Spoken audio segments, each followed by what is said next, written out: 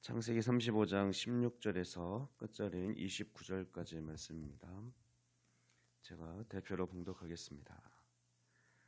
그들이 베델에서 길을 떠나 에브라스에 이르기까지 얼마간 거리를 둔 곳에서 라헬이 해산하게 되어 심히 고생하여 그가 난산할 즈음에 산파가 그에게 이르되 두려워하지 말라, 지금 내가 또 등남하느니라 하매 그가 죽게 되어 그의 혼이 떠나려 할 때에 아들의 이름을 베논이라 불렀으나 그의 아버지는 그를 베냐민이라 불렀더라.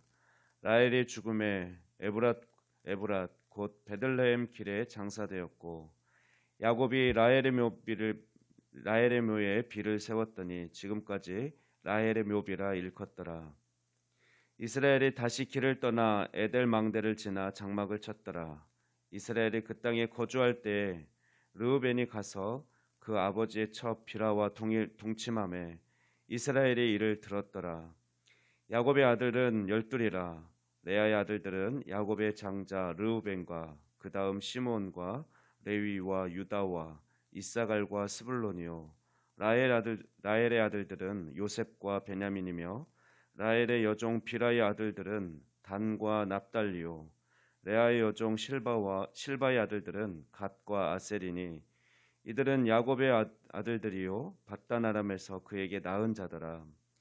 야곱이 기럇 아르바의 마므레로 가서 그의 아버지 이삭에게 이르렀으니 기럇 아르바는 곧 아브라함과 이삭이 거류하던 헤브론이더라. 이삭의 나이가 180세라. 이삭이 나이가 많고 늙어 기운이 다음에 죽어 자기 열조에게로 돌아가니 그의 아들 에서와 야곱이 그를 장사하였더라. 아멘. 네, 오늘 본문에는 베냐민의 출생과 그의 어머니 라헬의 죽음, 그리고 르우벤의 근친상간과 야곱의 12아들 속에 이삭의 죽음, 여러 가지가 소개되고 있습니다. 이것은 이제 뭔가 단락을 마무리 짓고 다음 이야기로 전개해 가기 위한 준비입니다.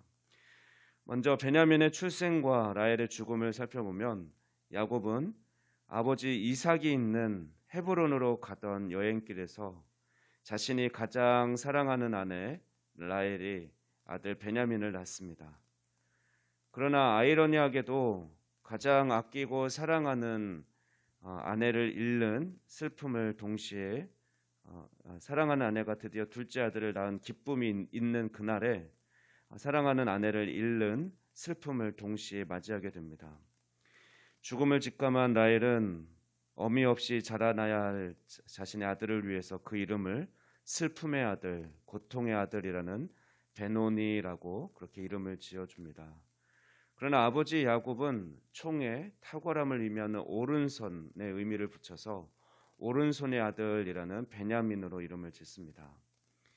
야곱은 절망 속에서도 긍정과 희망을 바라볼 수 있는 믿음이 있었던 것이죠. 두 번째로 야곱의 장자 르우벤이 아버지의 첩 비라와 동침하는 사건이 소개되고 있습니다. 이것은 아버지의 권위와 명예를 완전히 짓밟아버리는 수치스러운 범죄였습니다.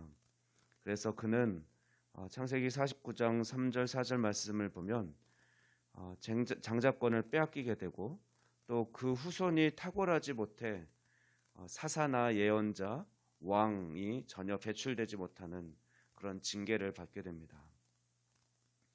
세 번째로 본문은 야곱의 아들들을 아내의 서열에 맞춰 소개하고 있는데 이는 이제 야곱의 시대가 가고 새로운 시대가 열리게 될 것을 암시하고 있는 것입니다. 그리고 무엇보다도 은혜가 되는 것은 하나님은 이스라엘 12지파를 택하시고 세워가실 때 종들의 자녀들도 동일하게 약속의 자녀로 세워주셨다라는 것입니다. 이제 마지막 네 번째로 본문은 이삭의 죽음을 기록하고 있습니다. 그는 180세에 죽게 되는데 창세기 49장 31절 말씀 야곱의 언급을 보면 그는 아브라함이 샀던 막벨라 굴에 장사되었습니다.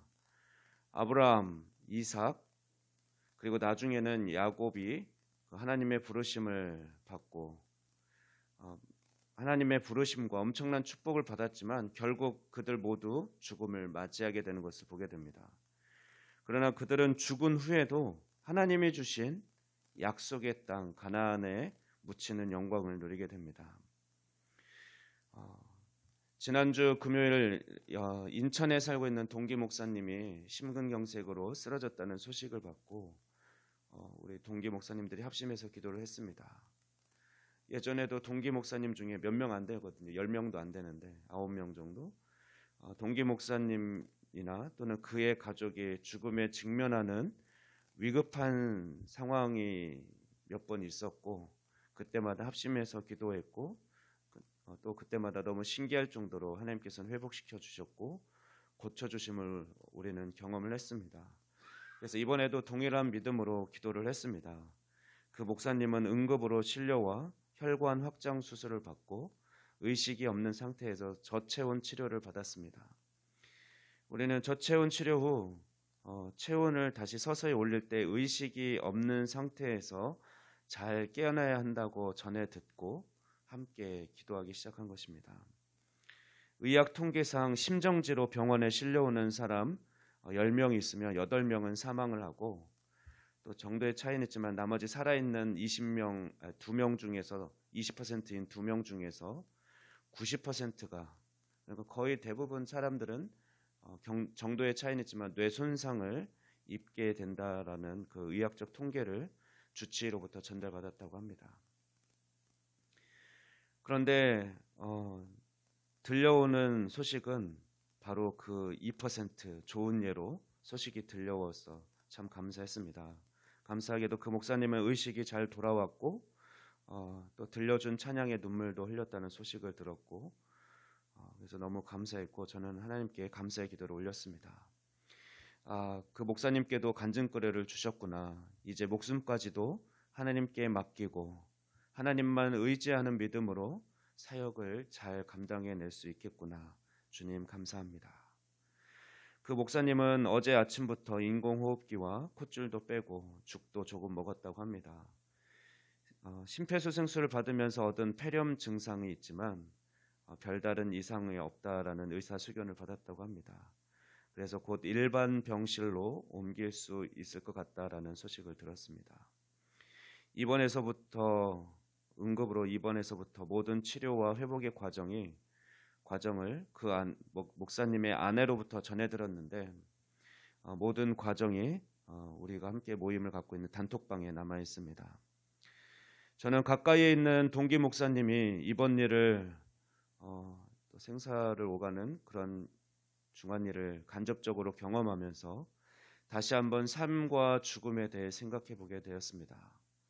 생명은 하나님께 있습니다. 우리의 호흡은 하나님께서 주관하십니다. 하나님은 우리 모두에게 오늘을 허락하셨습니다. 내일은 나의 날이 아닙니다. 그러므로 하나님께서 선물로 주신 오늘을 감사하면서 하나님의 말씀대로 순종하며 또 하나님과 동행하는 복된 삶을 살아가는 저와 여러분이 되기를 소망합니다. 기도하겠습니다. 우리의 호흡을 주관하시는 창조주 하나님 감사합니다. 우리에게 새날을 허락하여 주시고 오늘도 우리가 말씀과 기도로 하루를 시작하게 하시니 감사합니다. 오늘도 우리가 처한 환경과 또 세상에서 들려오는 수많은 소리에 흔들리지 않게 하시고 오직 하나님의 말씀만을 믿고 순종하며 살아갈 수 있도록 성령님 우리의 연약함을 도우시고 인도하여 주시옵소서. 오늘도 가족과 친구, 이웃에게 덕이 되는 말을 하고 사랑을 베푸는 삶을 살아가게 하시며 또 기회 있는 대로 복음을 전할 수 있게 인도하여 주시옵소서. 오늘도 선하게 인도하실 하나님께 감사드리며 이 모든 말씀 우리 주 예수 그리스도의 이름으로 기도하옵나이다. 아멘.